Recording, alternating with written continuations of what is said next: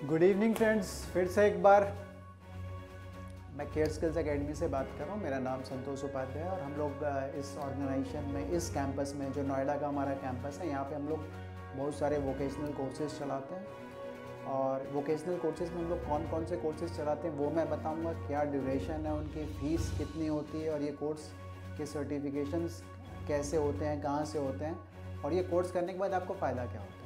इन सब चीज़ों के बारे में मैं आज को आपको जानकारी देने वाला हूँ पूरे लंबे टाइम से। तो आप इसको प्रॉपर सुनिएगा कि क्या क्या कोर्सेज़ को करने से आपको क्या क्या फ़ायदा हो सकता है। देखिए, सबसे पहले तो यहाँ कौन कौन से कोर्सेज़ होते हैं वो मैं आपको लाइन से बताता हूँ। सबसे पहले जो हमारा यहाँ कोर्स होता है वो RACW का होता है, जो लेवल 5 की ट्रेनिंग होती है। अब लेवल 5 क्या होता है? जो भी हमारे जो NSQF बने हुए हैं इंडिया में, जो ट्रेनिंग्स को लेके उनकी एक लेवल बना दी गई कि भाई ये ट्रेनिंग, जो ये जॉब रोल होगा, इसकी ट्रेनिंग का लेवल ये होगा। तो जो RACW का ट्रेनिंग है, जिसमें रेफ्रिजरेटर, AC और वॉशिंग मशीन तीनों चीज़ें हम लोग पढ़ते हैं, ये लेवल 5 की ट्रेनिंग में आता है। कोई सिर्फ अगर AC का कोर्स कर रहा है तो वो लेवल 3 में आता है। अब हम लोग लेवल 3 और लेवल 5 दोनों की ही ट्रेनिंग कराते हैं। AC रेफ्रिजरेशन में तो ये वाला कोर्स हो गया। अब अगर इसी की PCB का कोर्स हम करते हैं तो PCB का कोर्स भी होता है हमारे यहाँ। अगर सिर्फ आपको AC का कोर्स करना है PCB में तो वो 1 महीने का कोर्स है, सॉरी।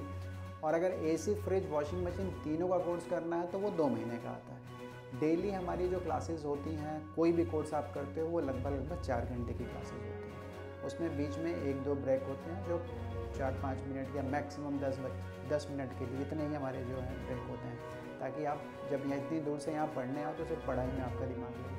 और एक दिन के 4 घंटे बहुत होते हैं। स्कूल में भी जो हम पढ़ते तो इतनी ही देर पढ़ते थे, 4-4.5 घंटे पूरे जो दिन में। तो अब ये कोर्सेज़ हो गए। इस कोर्सेज़ के अलावा जो दूसरा कोर्स हमारा चलता है PCB के अलावा, वो ऑटोमोबाइल का चलता है, जिसमें हम लोग पेट्रोल इंजन, डीजल इंजन, इनका थ्योरी प्रैक्टिकल दोनों ही कराते हैं। और EV की क्लासेस भी हम लोग देते हैं। EV में अभी हम लोग थ्योरेटिकल सारी सेशंस लेते हैं।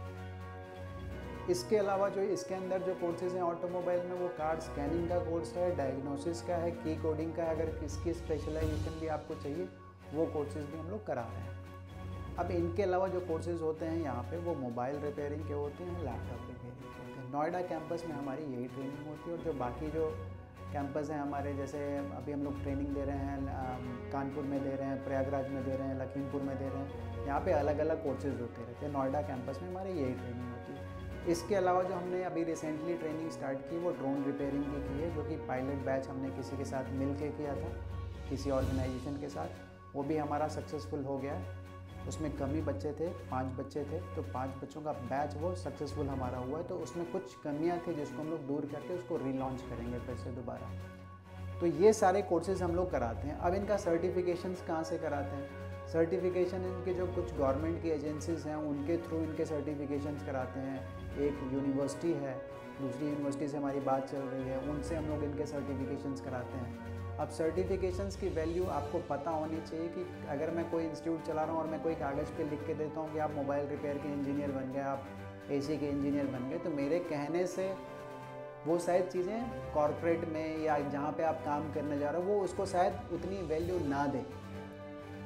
हालांकि अगर इंस्टीट्यूट का नाम है, कोई भी इंस्टीट्यूट का नाम है, तो वो वैल्यू देगा। बट उसको और स्ट्रॉन्ग करने के लिए, आपके सर्टिफिकेशन की वैल्यू को स्ट्रॉन्ग करने के लिए हमने ये टाई अप कर रखे हैं, ताकि अगर मान लो सपोज़ आप इंडिया के बाहर जॉब करने जा रहे हो, तो वो तो जितनी आपके सर्टिफिकेशंस की वैल्यू जितनी स्ट्रॉन्ग होगी, उतना ही आपका डॉक्यूमेंटेशन स्ट्रॉन्ग होगा, आपकी पेपर स्ट्रॉन्ग होंगे, तो के जाने के चांसेस ज़्यादा से ज़्यादा होंगे। तो सर्टिफिकेशंस हम लोग गवर्नमेंट के थ्रू कराते हैं, जो गवर्नमेंट की कुछ SSCs हैं उनके थ्रू कराते हैं, कुछ यूनिवर्सिटीज़ के थ्रू कराते हैं। इनके प्रॉपर एग्ज़ाम होते हैं, जैसे आपने पहले एग्ज़ाम दिए उन्हें वैसे एग्ज़ाम होते हैं, इनका असेसमेंट होता है। मतलब ऐसा नहीं कि हमने एग्ज़ाम ले लिया, वही लोग आते हैं वही एग्ज़ाम लेते हैं। अगर उसमें कम से कम आप 70% नंबर आपके होते हैं तभी वो सर्टिफिकेट मिलते हैं। तो सर्टिफिकेशंस की वैल्यू है। कल को अगर आपको अपना काम स्टार्ट करना है, आपको बैंक से लोन लेना है, तो ये नहीं कह रहा हूँ कि सर्टिफिकेट से आपको लोन मिल जाएगा, बट अगर इस तरह के सर्टिफिकेट आपके पास हैं तो ये मिलने में आपको हेल्प करेंगे। तो मैंने आपको कोर्स के बारे में बताया, उसका ड्यूरेशन बताया और फीस बताई। फ़ीस जो है हमारी, जो एवरेज फ़ीस है वो करीब 8,000 रुपये महीने के हिसाब से आती है। अब जितने महीने का कोर्स हो, 8 से 10,000 का हमारा एवरेज है, वो जितने महीने का कोर्स हो उसके हिसाब से वो फ़ीस हो जाती है। डिस्काउंट हमारे यहाँ कुछ होता नहीं है, क्योंकि हमने फीस बहुत सोच समझ के अपनी बनाई है। तो जो भी लोग अगर अच्छा कोर्स करना चाहते हैं जिसमें वो लोग आके पढ़ाई करें, अपना टाइम वेस्ट ना करें, तो हमारे यहाँ आ सकते हैं। और अगर कोई इंस्टीट्यूट आपके आसपास है, अगर वो अच्छा है, तो वहाँ पे भी जा सकते हैं। ऐसा नहीं है कि सब लोग यहीं पे आए पढ़ने के लिए। तो देखिए ये सारी चीज़ें हैं। अब ये जो कोर्स कर लेते हैं, आपका सर्टिफिकेशन हो जाता है, उसके बाद क्या? आपने किसी इंस्टीट्यूट से पढ़ाई किया, उसने बहुत अच्छा पढ़ाया, आपने सर्टिफिकेट ले लिया, उसके बाद क्या? आप गांव से आए, गांव ही चले गए वापस, या अपने घर में बैठे हुए हैं, तो वो कोर्स करने का कोई फ़ायदा नहीं हुआ। तो प्लेसमेंट बहुत ही ज़्यादा ज़रूरी है, क्योंकि अगर आप कोई चीज़ कोर्स कर रहे हो, ये शॉर्ट टर्म कोर्स हैं, ये मैक्सिमम 3 महीना 4 महीने से ज़्यादा के कोर्सेज़ होते नहीं। तो ये कोर्स करने के बाद अगर आपको नौकरी नहीं मिल रही है, या आप नौकरी करने नहीं जा रहे हो, या वो इंस्टीट्यूट प्लेसमेंट नहीं करा रहा है, तो फिर ये कोर्स करने का मतलब कुछ नहीं रहा। अगर आप मिडिल क्लास फैमिली से आते हैं, लोअर मिडिल क्लास फैमिली से आते हैं, और वो कोर्स करने के बाद आपने टाइम बर्बाद किया और पैसा बर्बाद किया, और उसके बाद कुछ नहीं कर रहा, तो फिर वो पैसे की भी बर्बादी है, टाइम की बर्बादी है। आपके पेरेंट्स उस पैसे को लाने में पता नहीं कितनी मेहनत करते हैं। तो अपना टाइम बर्बाद मत करिए, अपने पेरेंट्स का टाइम बर्बाद मत करिए। कहीं से भी सीखिए, अच्छे तरीके से सीखिए, और फिर उस इंस्टीट्यूट से बोलिए कि मुझे नौकरी चाहिए, क्योंकि मैंने आपके यहाँ से कोर्स किया हुआ है। और हम अपने यहाँ से जो भी बच्चे हमारे यहाँ कोर्स करते हैं, उनको नौकरी दिलाते हैं। ऐसा नहीं, मैं नहीं कह रहा हूँ कि जैसे ही निकलेंगे तुरंत नौकरी मिल जाएगी, बट यस, हम लोग इंटरव्यूज़ बीच में कराते रहते हैं, और इंटरव्यू के लिए भेजते हैं। जो जाते हैं उनमें से करीब 70-80% लोगों का सिलेक्शन भी होता है, वहाँ नहीं होता, दूसरी जगह भेजते हैं, दूसरी जगह नहीं होगा, तीसरी जगह भेजेंगे। और कोई दिक्कत आती है, किसी का सिलेक्शन नहीं होता, तो वो आके हमसे बात कर सकता है। हम ओपनली बोल रहे हैं इस चीज़ को।